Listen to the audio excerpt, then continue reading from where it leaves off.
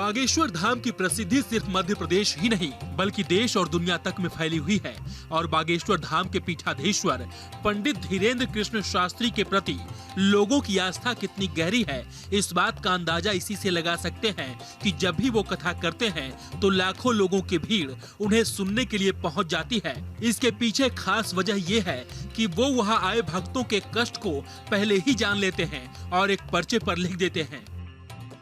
आपने पंडित धीरेन्द्र कृष्ण शास्त्री के बारे में बहुत सुना होगा, लेकिन आज हम आपको उनकी एक ऐसी कहानी बताएंगे जो कम ही लोग जानते हैं और ये कहानी है उनकी और शेख मुबारक अली के दोस्ती की।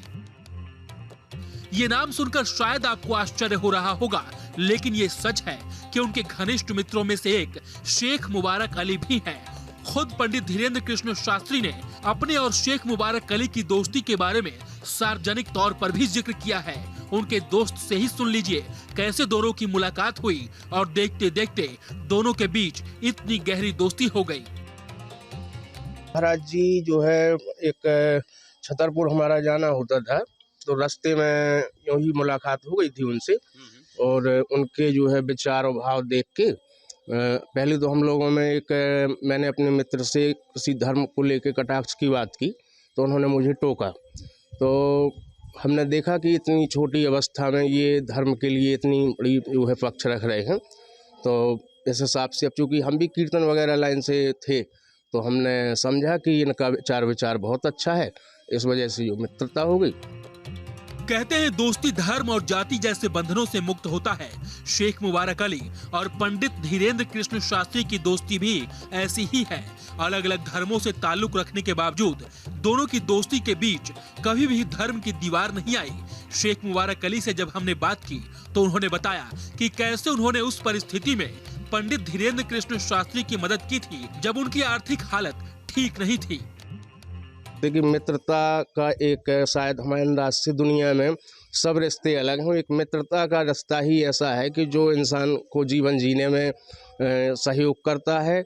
और इस हिसाब से महाराज जी की स्थिति बहुत कमज़ोर थी, दयनीय थी और वो बहुत छोटे थे उम्र में, तो मित्र के नाते एक बड़े भाई के नाते मेरा फ़र्ज बनता था और मैंने किया। चूँकि पारिवारिक हालत तो रियल में उनकी ख़राब थी और शायद उन की जो स्थिति थी वो बहुत बिरले लोग ही इस स्थिति में जो है धर्म को संभाल पाते हैं और आज कहीं ना कहीं वो अपने जो है मार्ग से भटके नहीं, तो उसका कारण है कि आज इस स्तर पे हैं।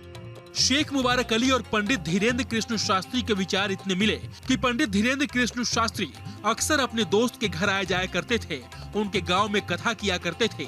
छोटी सी उम्र में पंडित धीरेन्द्र कृष्ण शास्त्री को कथा करते देख उनके दोस्त शेख मुबारक अली भी दंग रह गए।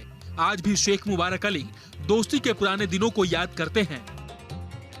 और 2010-11 में जो है हमने उन्हें अपने यहाँ बुलाया मंदिर पर, यहीं पर, तो उन्होंने जो है आश्चर्यचकित, हम लोग तो सोच भी नहीं सकते थे कि इतना अच्छा ये भागवत करते होंगे, तो उन्होंने भागवत किया और जिससे हमारा पूरा ग्राम प्रभावित हुआ।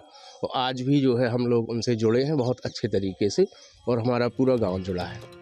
कहते हैं दोस्त वही होता है जो हर अच्छे बुरे वक्त में अपने दोस्त का साथ दे और शेख मुबारक अली अपने दोस्त पंडित धीरेन्द्र कृष्ण शास्त्री का भी हर वक्त साथ देते हैं। इस बात का अंदाजा आप इसी से लगा सकते हैं कि जब पंडित धीरेन्द्र कृष्ण शास्त्री अपने बयानों को लेकर सुर्खियों में रहते हैं तब भी शेख मुबारक अली किस तरह अपने दोस्त का साथ देते हैं वो भी सुन लीजिए।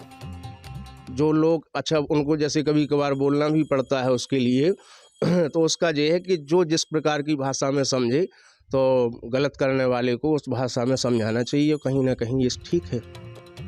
एक सनातनी हिंदू और दूसरा मुस्लिम समुदाय का व्यक्ति, लेकिन दोनों के बीच की दोस्ती में धर्म ना तो कभी दीवार बनी, ना ही दोनों के बीच कभी इसे लेकर कोई मनमुटाव हुआ।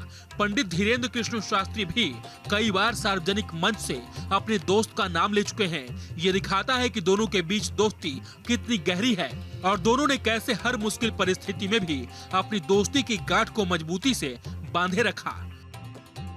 छतरपुर से राधे श्याम सोनी के साथ न्यूज स्टेट।